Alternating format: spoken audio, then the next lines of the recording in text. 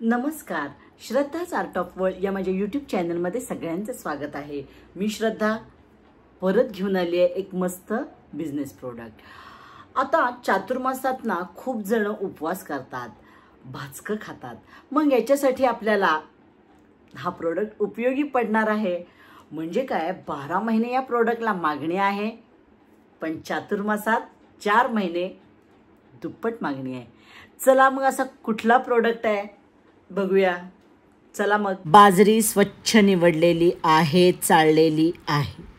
त्यानंतर आपण ज्वारी घेतलेली आहे। ज्वारी 1 किलो, बाजरी 1 किलो आणि गहू 1 किलो, हे सगळं आपण चाळून निवडून घेतलंय। आता हरभरा डाळ घेतलेली आहे अर्धा किलो। प्रमाण मी तुम्हाला परफेक्ट पुढं देते। मुगाची डाळ घेतली आहे। तांदूळ घेतलेला आहे। तांदूळ आता घरी करणार असाल तर चांगल्या क्वालिटीचा वापरा, पण जर विकायचा असेल तर रेशनचा तांदूळ वापरला तरी चालेल किंवा कमी किमतीचा वापरा। उडीद डाळ घेतली आहे, धने आणि जिरे, सगळे पदार्थ निवडून चाळून घेणं महत्त्वाचं आहे।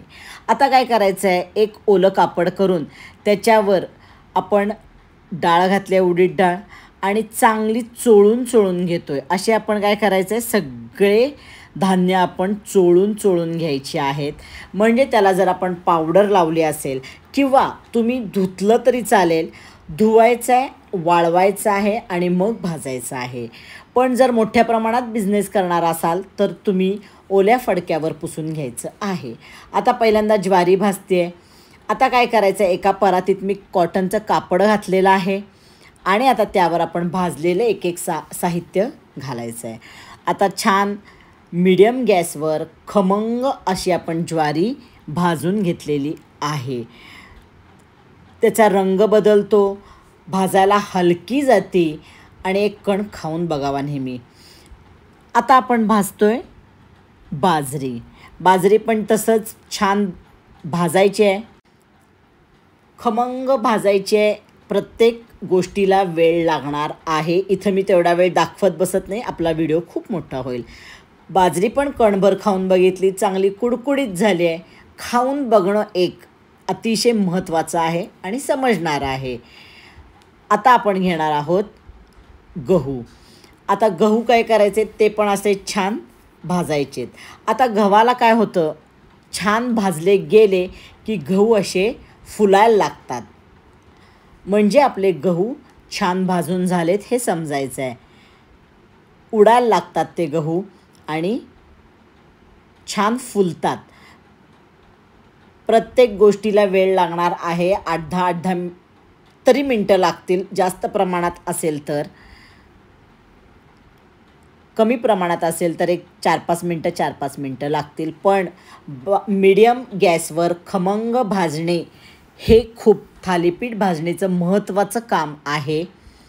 तर तुमची भाजणी खूप सुंदर होणार आहे, त्याला एक खमंगपणा येणार आहे।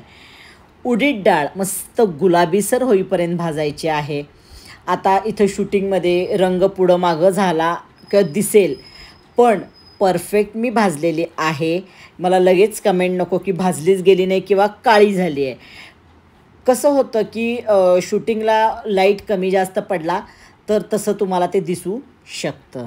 आता मस्त अशी भाजली गेली, कारण त्याचा वासच खूप सुंदर येतो आहे आणि मी खाऊन बघितली आहे, मस्त कुडकुडीत झालेली आहे।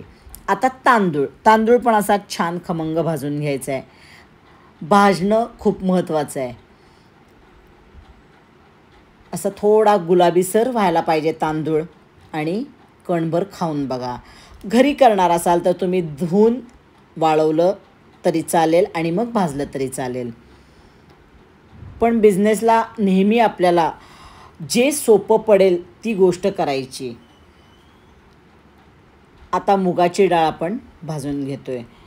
मुगाची डाळ पण खमंग भाजायची आहे आणि अशी सगळी धान्य आपण एकत्र केली की आपल्या म्हणजे खूप सारे प्रोटीन जे आपण बाहेर घेतो ते आपण या भाजणीमधनं आपल्याला मिळणार आहे, की सगळ्या डाळी आपण त्यात घातलेल्या आहेत बऱ्यापैकी।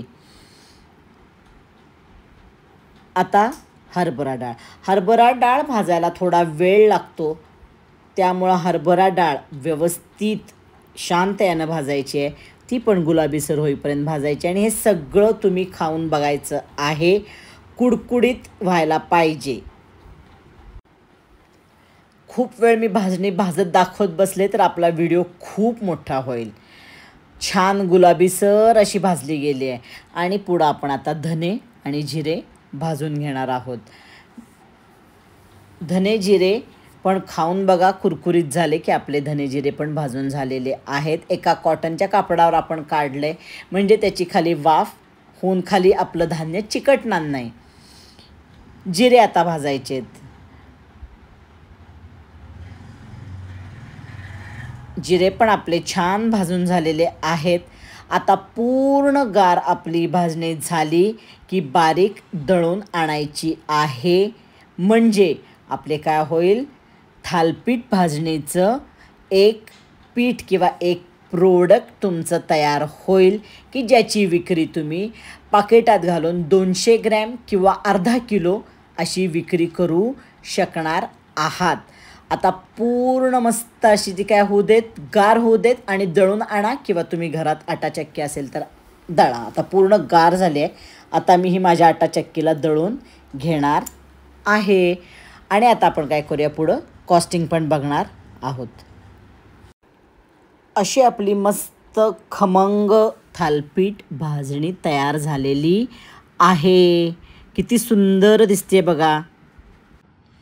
आता आपण बघणार आहोत थालपीठ भाजणीचं कॉस्टिंग.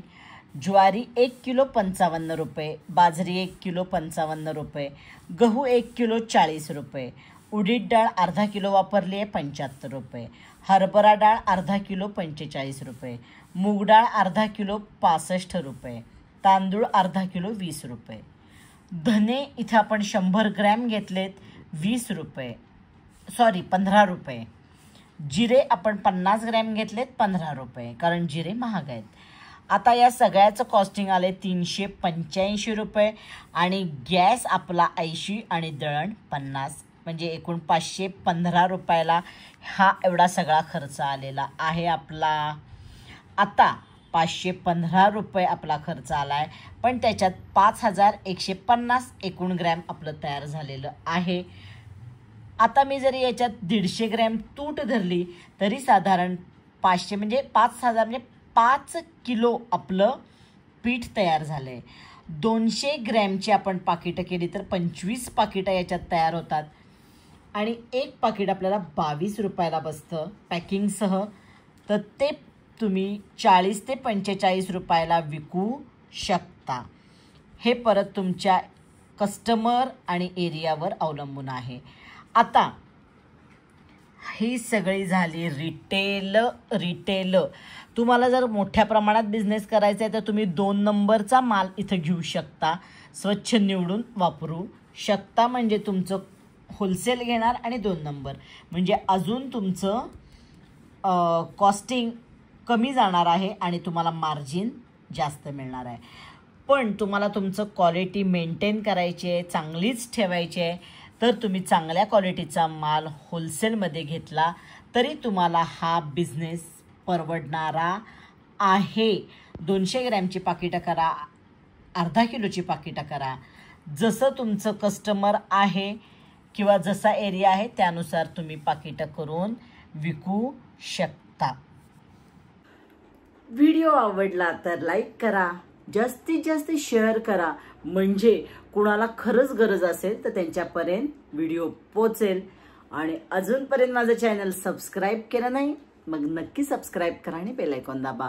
म्हणजे काय होईल की मी कुठलेही व्हिडिओ अपलोड केले तर तुमच्यापर्यंत लगेच पोचतील.